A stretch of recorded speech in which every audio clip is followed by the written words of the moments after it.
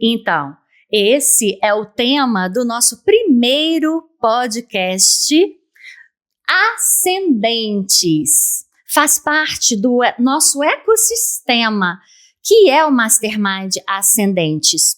Uma dando a mão à outra para crescermos juntas. E se você que está aí nos assistindo hoje quer também entrar numa ascensão em todas as áreas da sua vida, este é o momento. Já segue o canal para você não perder nada, porque nós vamos trazer aqui conteúdos riquíssimos, conteúdos que certamente vão enriquecer muito a sua vida pessoal e profissional.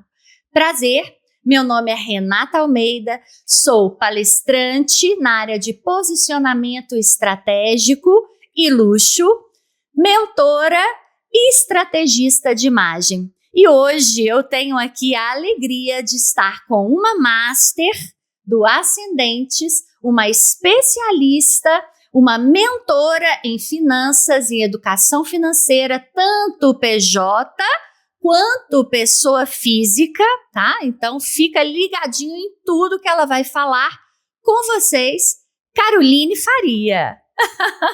Muito prazer, Renata, é muito bom estar aqui com você, né? E hoje nós vamos esclarecer aí alguns pontos, conversar um pouquinho sobre finanças de pessoa física e jurídica.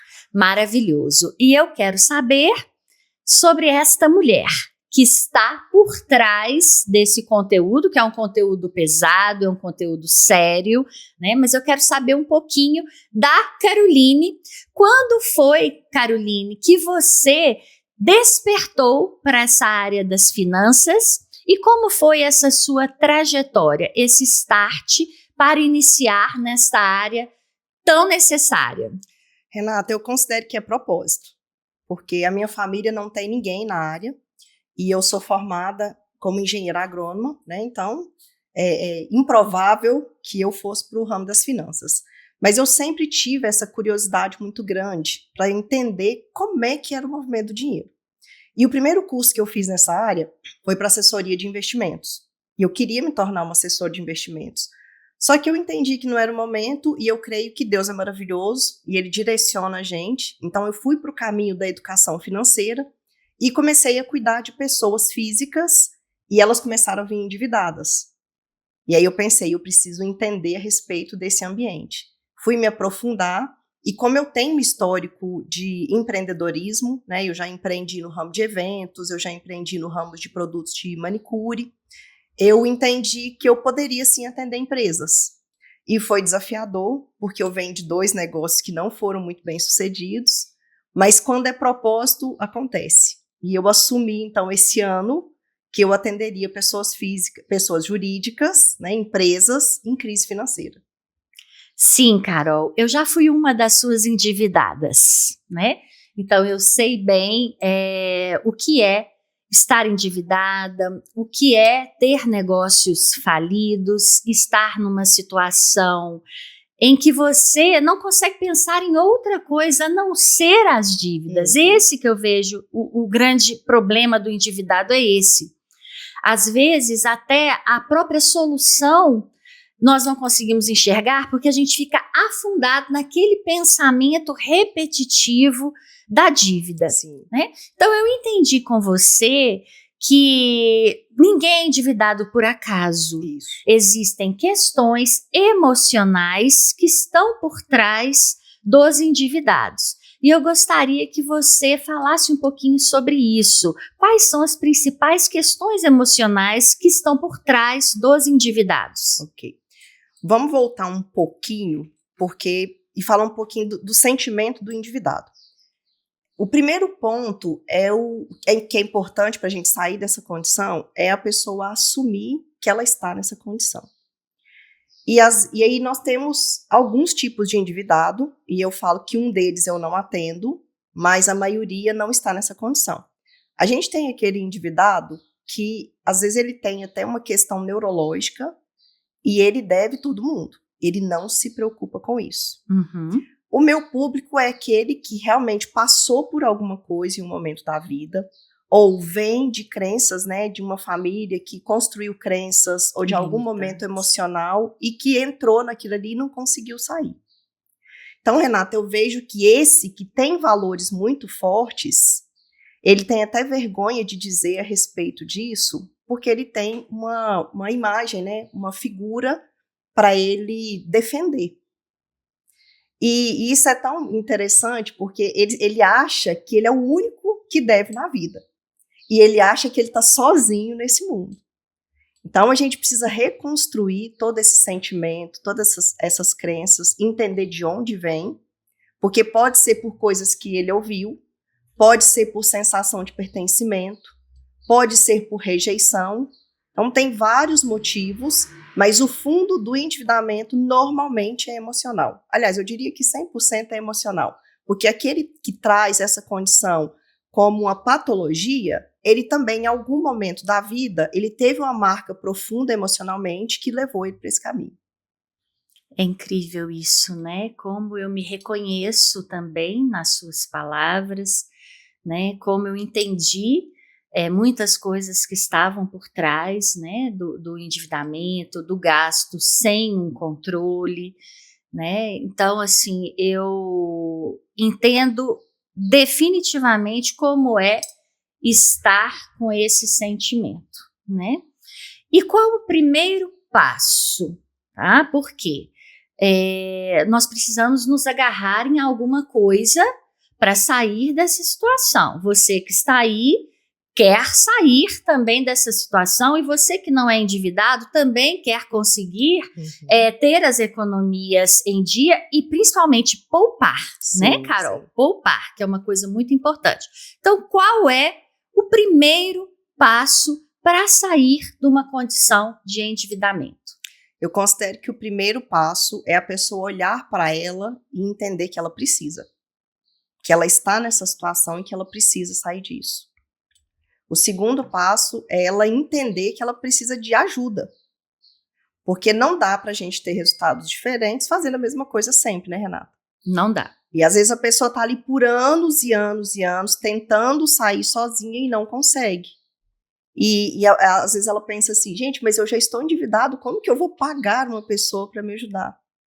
E a gente sempre diz que o endividado ele tem dinheiro. Ele só não sabe para onde está indo o dinheiro dele. E planilha, Renata, ela é uma ferramenta, um acessório. É um fim só para ajudar. É por isso que não adianta você comprar planilhas, aplicativos, cadernos e ficar tentando ele sozinho.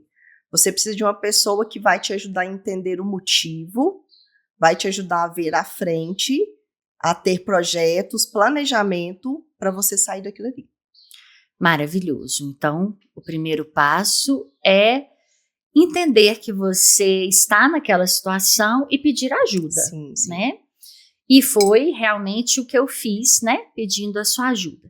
E daí, Carol, quando a gente inicia, eu percebo que a pessoa que já esteve nessa condição, ela tem uma tendência muito forte a retomar aquele quadro do endividamento, a retornar àquele ponto. Tanto que essa semana eu te falei assim, Carol, eu tenho muita dificuldade de entender aquilo que é prioridade, aquilo que não é, porque eu acho tudo prioridade, sabe? Então, assim, qual fator, né, ou qual ponto que a pessoa tem que entender para ela não retomar a essa condição de endividado, né? Como que ela percebe, qual é esse feeling que ela fala assim, não, opa, eu estou aqui retomando hábitos que me levaram a esta situação, né? Quais são esses sinais? Eu acho que a pergunta correta é quais são esses sinais para que a pessoa fique atenta? Vamos lá. Primeiro, Renata, que o consumismo, ele é uma forma de escape emocional. E todos nós precisamos disso. O que acontece? Se eu não tiver uma motivação muito forte, se eu não tiver um plano perfeito lá na frente, algo em que eu vou me firmar, dificilmente eu vou conseguir ficar na linha, me manter dentro daquele planejamento.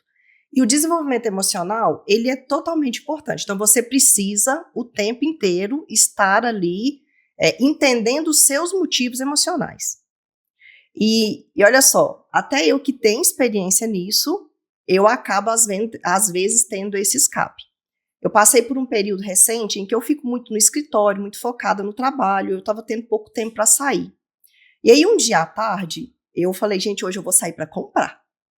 Só que eu queria comprar um potezinho para uma receita que eu queria fazer. E eu fui numa loja aqui em Patos que eu gosto bastante. E eu gosto de passear lá, inclusive. E é uma loja de departamentos, né, cheia de coisinhas. Quando eu vi, eu já estava com tigela de sobremesa na minha cestinha, eu já estava com escorredor de pratos na minha cestinha, eu já estava com a vasilha na minha cestinha e mais algumas coisinhas para minha filha. E aí fui pro caixa normal. Quando eu cheguei no caixa, eu olhei para minha cestinha e falei, eu não vim comprar isso aqui. Então eu devolvi parte das coisas e levei só o que eu precisava. Ai, Carol, você é minha ídola. Ai, como é bom, né, a gente aprender. E é isso mesmo, né? Nós entramos nessa vibe, né, do consumo e a gente começa a comprar coisas que não precisamos, coisas que não são prioridade naquele momento, né? Coisas que realmente você está fazendo, um resultado de uma emoção, né? 100% emocional. Tem algum exercício que a gente pode fazer?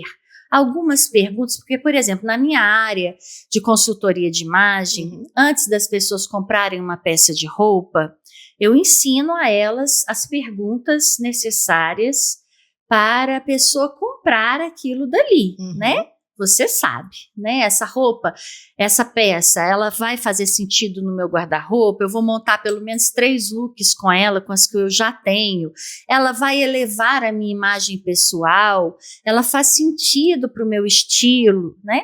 E dentro, assim, das finanças, existe algum exercício, alguma pergunta, algo que a gente pode fazer para nós mesmos, para ter esse controle emocional? Sim. Tem 3 perguntinhas simplesinhas que eu falo para o meu cliente. Prega no cartão, coloca no celular, prega na geladeira. Se você faz compras online, coloca no computador, que é eu quero, eu preciso e eu posso. Explica melhor. Se você tiver tempo de responder essas 3 perguntas, a maioria das suas compras elas não serão finalizadas. Por quê? Eu quero, a gente vai responder sim o tempo inteiro. Que a gente tempo quer, todo a gente quer. A gente quer muitas coisas. O eu preciso pode ser. Pode ser. Dependendo do cenário, pode ser que também seja positiva. O eu posso, aí sim já depende do seu planejamento. Então você tem que estar com ele em dia ali para você olhar as suas finanças e falar, não, nesse momento eu posso, ou nesse momento eu não posso. Se tiver tempo de responder essas 3 perguntinhas, você já tem uma oxigenação mental para poder resistir aos impulsos de compra. Então, gente, vamos guardar. Eu quero, eu preciso e eu posso. Exatamente. Né? Tem que ser sim para as 3. Tem que ser você sim para as 3. Ai. Ai. Já tô com medo. E a outra coisa, Renata, é de fato evitar a tentação. Porque o que a gente faz? E principalmente mulheres, né? A gente passa na vitrine, a vitrine tá linda, maravilhosa, e ela foi feita para isso mesmo, e a gente tem aquele despertar do querer, do consumo. Evite fazer essa compra nesse momento. A minha sobrinha também, a minha sobrinha fala assim, cheira florzinha e sopra velhinha.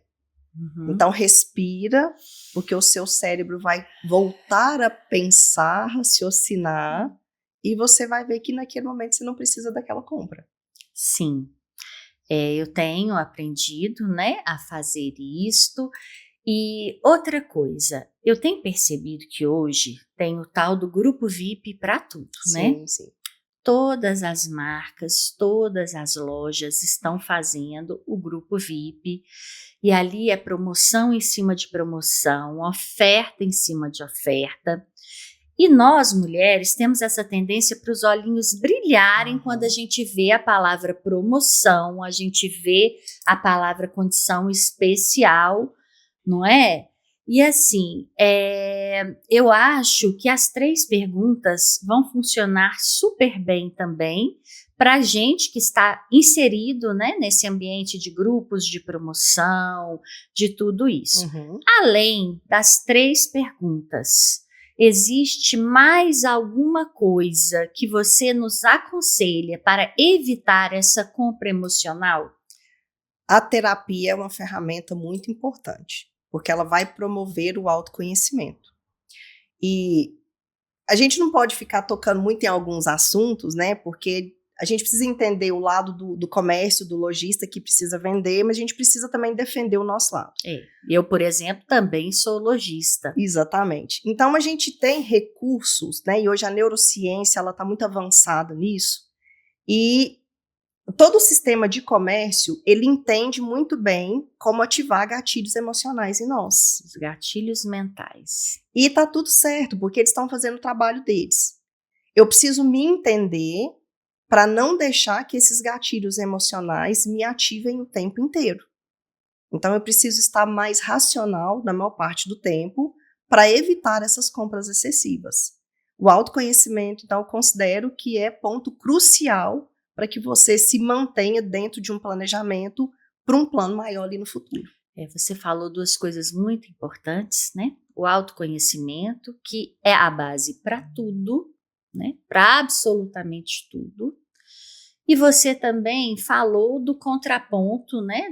Da neurociência, dos gatilhos mentais. Então, nós estamos vivendo num mundo de muitos ruídos, Sim. né? É um excesso de ruídos por todas as partes.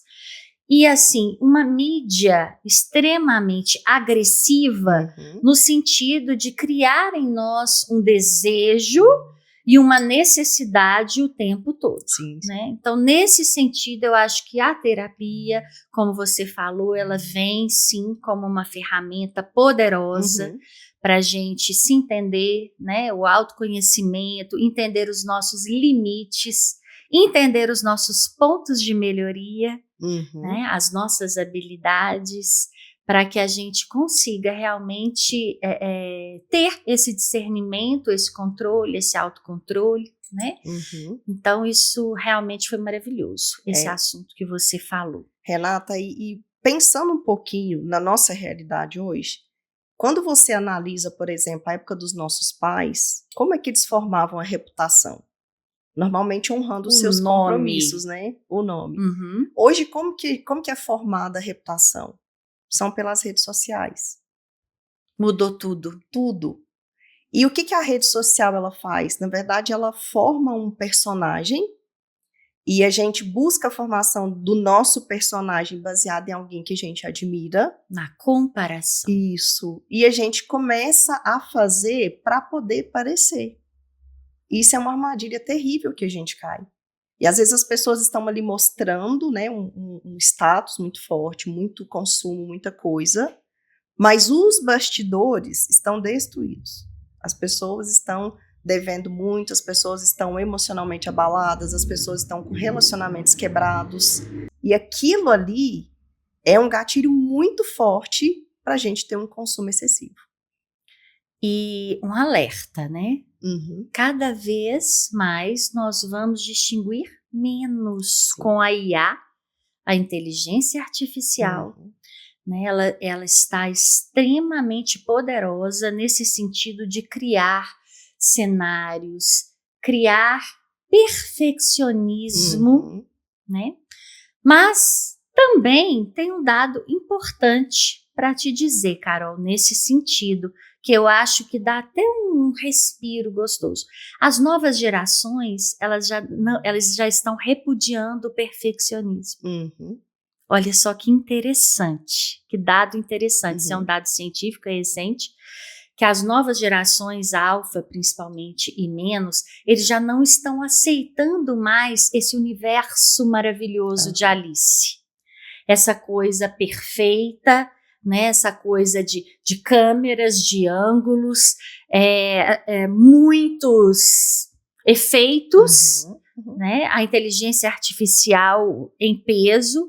Então, eles já estão rejeitando isso daí. Então, eu acho um contraponto maravilhoso, né? Para a gente pensar.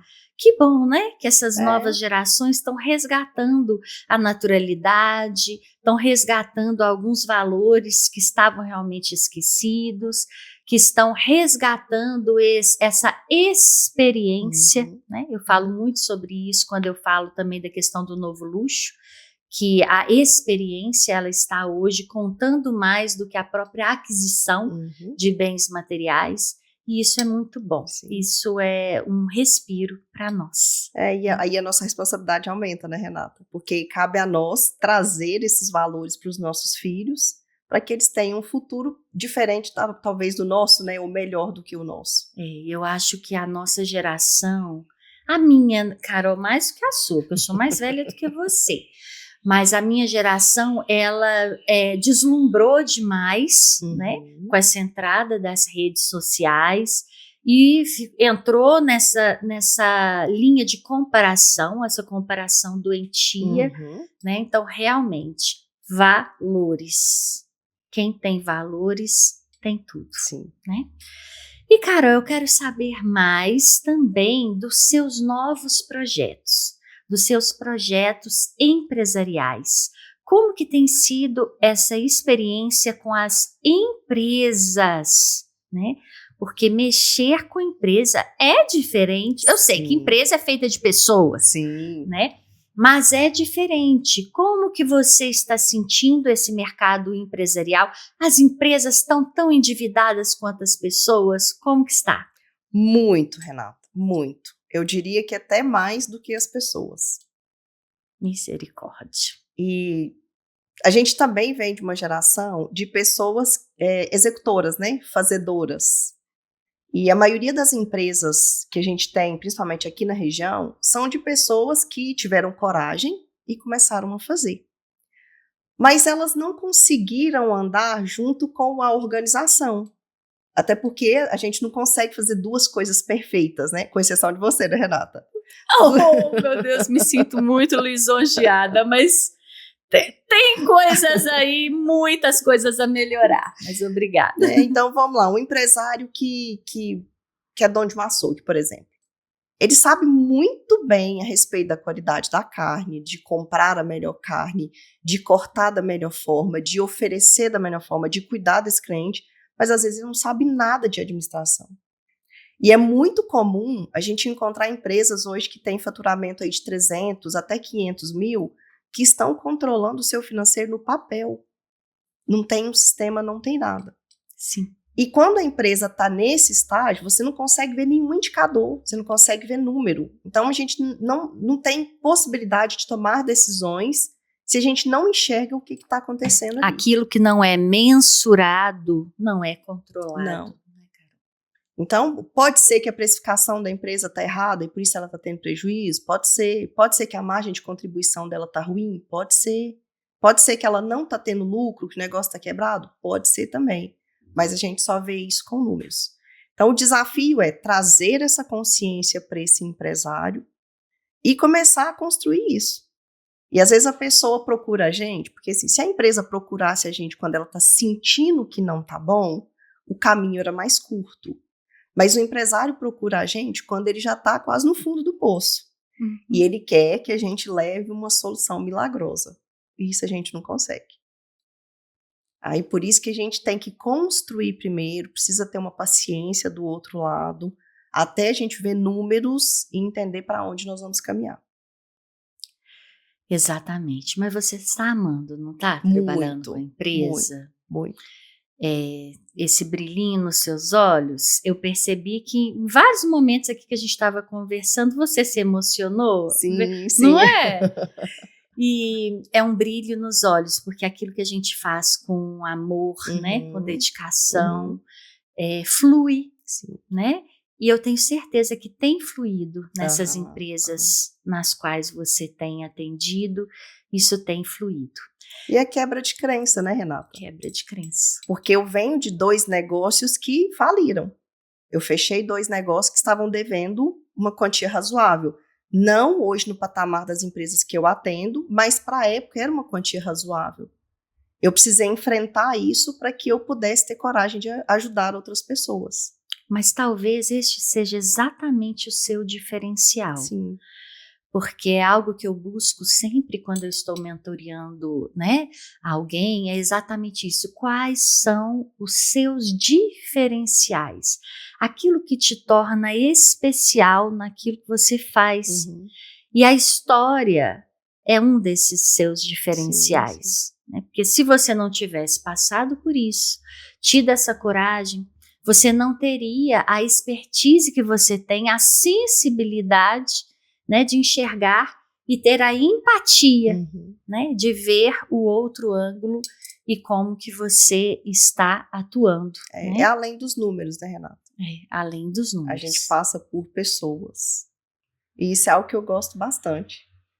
Lidar de cuidar com mesmo pessoas, de cuidar de pessoas. Nós amamos, né, As Carol? pessoas até perguntam, você é psicóloga? Eu falo, não, gente, eu não sou. Isso é muito bom, né? É talento divino, né?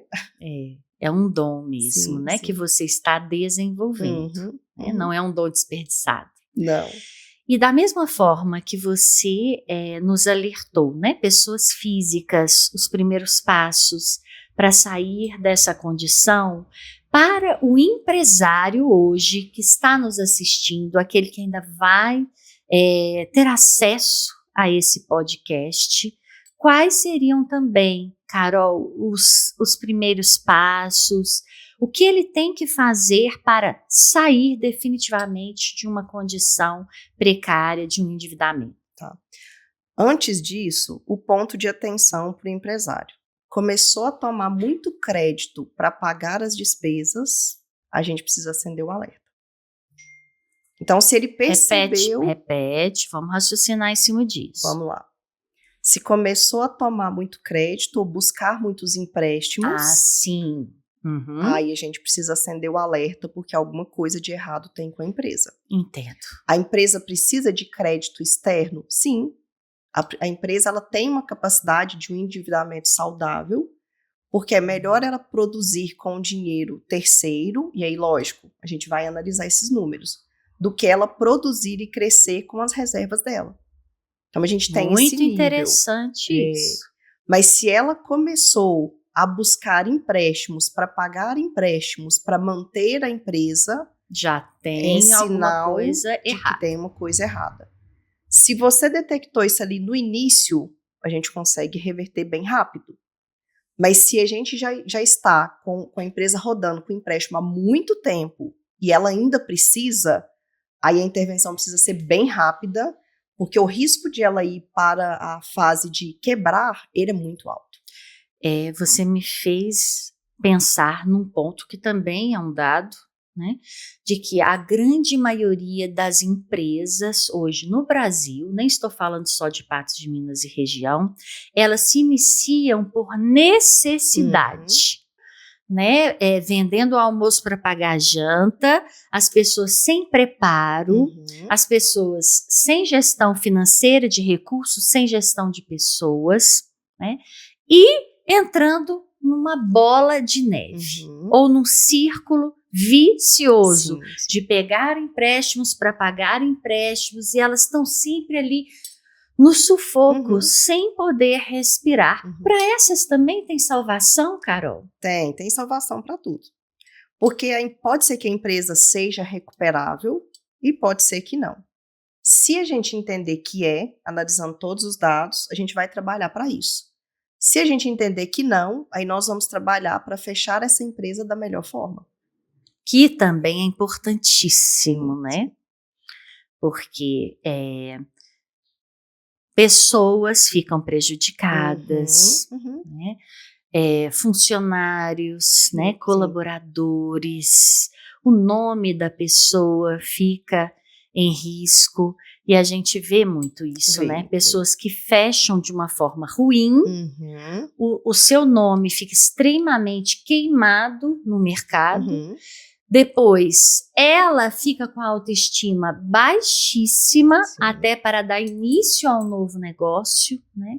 Então, muito importante isso também, viu, gente? Presta atenção em como, se é para fechar, que a gente feche de uma forma organizada da melhor forma possível. E para fechar também precisa de ajuda, viu? Para fechar também precisa de ajuda. E aí a gente bate no emocional de novo, Renata. Porque o que acontece? Quando a gente quebra a primeira vez, é algo terrível. Porque vem o sentimento de incapacidade, de frustração, de negação. A gente, né, não quer passar por isso. Eu brinco, falo, fechar uma empresa, que eu também já fechei, é quase como encerrar um casamento, né? Sim. E às vezes a pessoa ela não quer passar por essa dor, porque é terrível você olhar para você e falar, eu tô fechando porque eu não dei conta. Mas podia ter buscado ajuda antes. Podia. Então a gente precisa aprender a lidar com isso para poder passar para a próxima fase. Exatamente. Gente, muitos insights, né? Muitas coisas para a gente refletir, né? Um conhecimento muito rico que a Carol trouxe. A gente também não pode, né, aprofundar demais, Carol, porque a maioria das pessoas também não está preparada ainda para um aprofundamento nesse tema, que eu vejo que é o grande gargalo das empresas brasileiras. Tem um ponto também da minha mentoria que a gente fala assim, qual o seu maior desafio hoje para crescer? E a maioria responde que é exatamente gestão financeira. Então, é um grande gargalo, é um grande problema mesmo para as empresas avançarem. E nós percebemos que nós não tivemos educação financeira. E é esse ponto que eu quero chegar agora com você, Carol. Educação financeira. O que você me diz desse tópico e como que nós, enquanto pais, também podemos agregar aos nossos filhos para que eles não venham a ter os mesmos problemas que nós? A educação financeira, ela é diferente da mentoria, da consultoria, justamente por causa da profundidade dela. A gente educa mesmo. A gente senta com o cliente e a gente mostra ali passo a passo para ele como se fosse na escola. Então a gente ensina, isso aqui está acontecendo por causa disso, isso está acontecendo por causa disso, se você fizer isso, o resultado é aquele. É bem mais profundo do que outros processos. E para a gente, como pais, passar isso para os nossos filhos, a gente precisa entender também. Então precisa ressignificar o nosso comportamento, o nosso sentimento e passar para eles. E é um desafio muito grande, Renata, porque os nossos filhos hoje é uma geração que tem uma facilidade maior, porque nós estamos com uma condição financeira melhor, e às vezes passa despercebido o que a gente vai permitindo que eles façam, e eles acham que dinheiro não acaba. Que tudo é fácil. Pedro e Mateus, né? Dinheiro tem limite, meus filhos.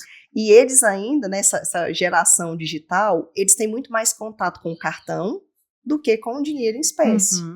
Como que você vai mensurar a quantidade de dinheiro usando cartão?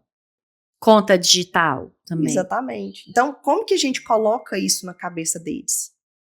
É um processo mesmo de passos de formiguinha para que eles compreendam que o cartão, ele tem, né, um limite, que você vai passar aquela compra ali, mas você depois tem que pagar, que existe um sistema atrás daquilo ali, que se ele não souber usar aquilo ali, ele vai cair numa situação de endividamento, e às vezes até muito jovem.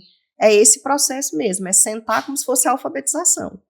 Sentar com os filhos ali e explicar, filho, ó, é assim, assim, assado, você precisa pensar desse jeito, é um processo.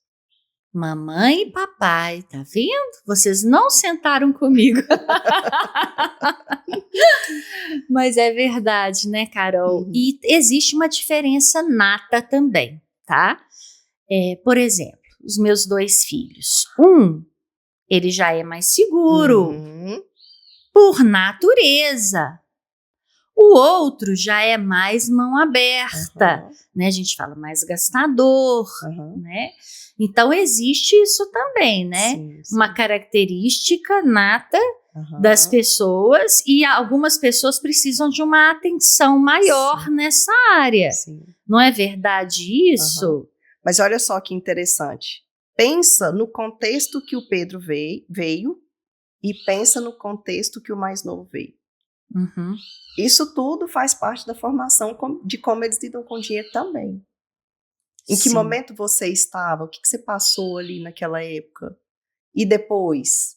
E reflexos dos pais também, né? Porque Cláudio também Sim, é mais controlado. sim. Eu sou mais mão aberta, né? Então, cada um aí pendeu para um lado, né, mas Carol? em que momento da sua vida ele passou pela adolescência? O que você estava passando ali naquela época? Isso tudo vai influenciar. Sim.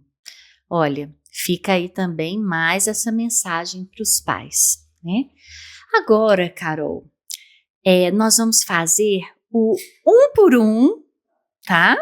Você é a primeira do Ascendentes. Então, assim, você tem aí um lapso de segundo para você pensar. Eita. O um por um é assim: eu falo uma palavra e você fala uma palavra, a primeira palavra que vier à sua mente, tá? Tá bom. Relacionado àquilo ali. Combinado. Tá bom? Respira fundo. Vou até beber uma Vou água. beber uma água também. Tá? É no improviso. É no improviso. Uma palavra, tá? Família. Bênção. Trabalho. Realização. Maravilha, né?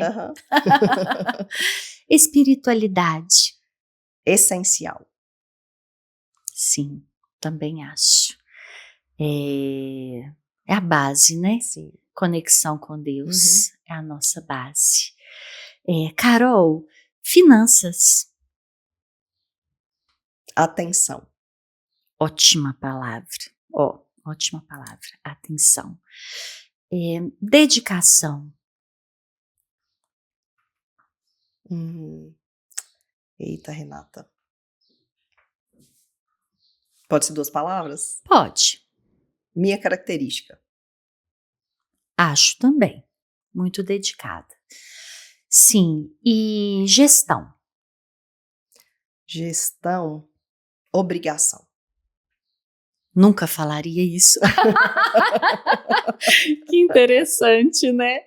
É mesmo, gente. É uma obrigação. Vida. Felicidade. Lindo. Amor. Não pode repetir, né? Pode. Amor. Considero como realização também. Realização. E agora, pegando essa palavra sua que eu gostei, gestão é obrigação, Sim. tá?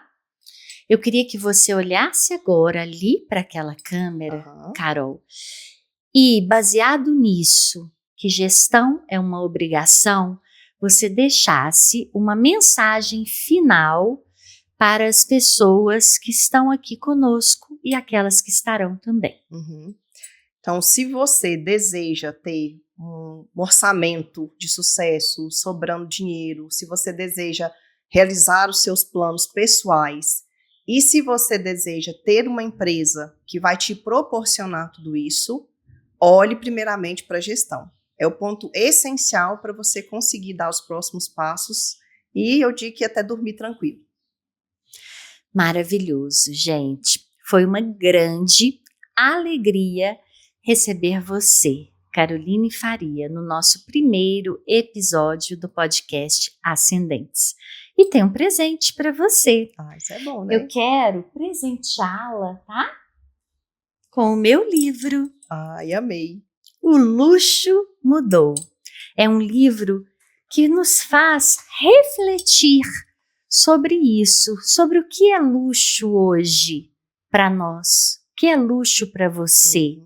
É a aquisição de coisas materiais, ou é a vivência, ou é a experiência, ou é esse momento que nós estamos vivendo aqui agora.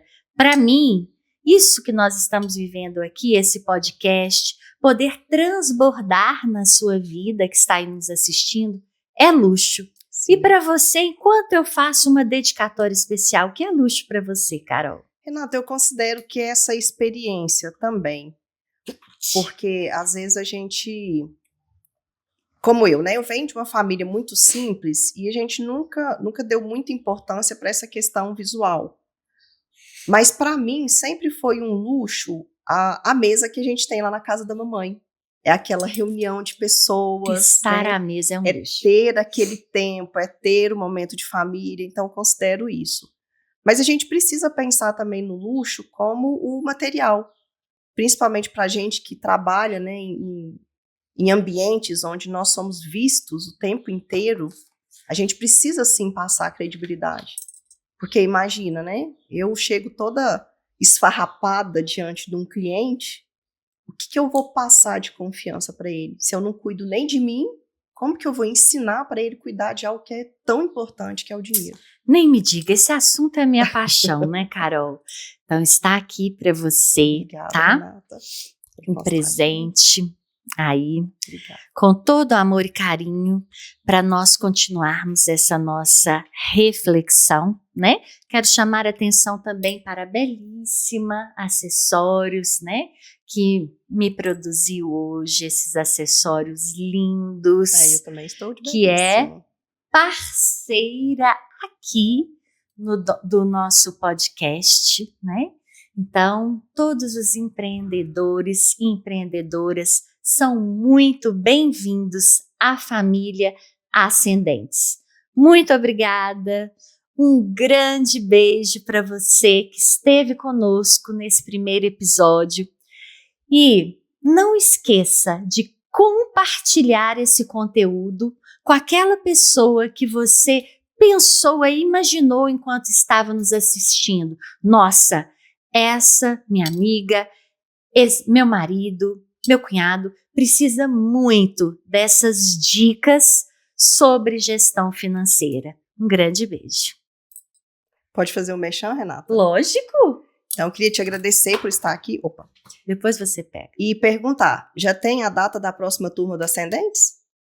Sim, olha, o Mastermind de Ascendentes ele está fechado no momento, com 12 mulheres, mas a partir de janeiro de 2026 nós já vamos abrir mais vagas para que mais mulheres tenham acesso a esse crescimento de umas pelas outras. E eu já queria convidar essas mulheres que estão assistindo nesse momento para se prepararem, porque de fato o Ascendente eu percebi que é um movimento diferente. Glória a Deus por isso. Então eu tenho me movimentado, criado constância e a gente está só com 20 dias de Ascendente. Sim, 20 dias de Ascendente. Então se preparem aí, mulheres, para entrar no próximo grupo. Exatamente. Espero por você.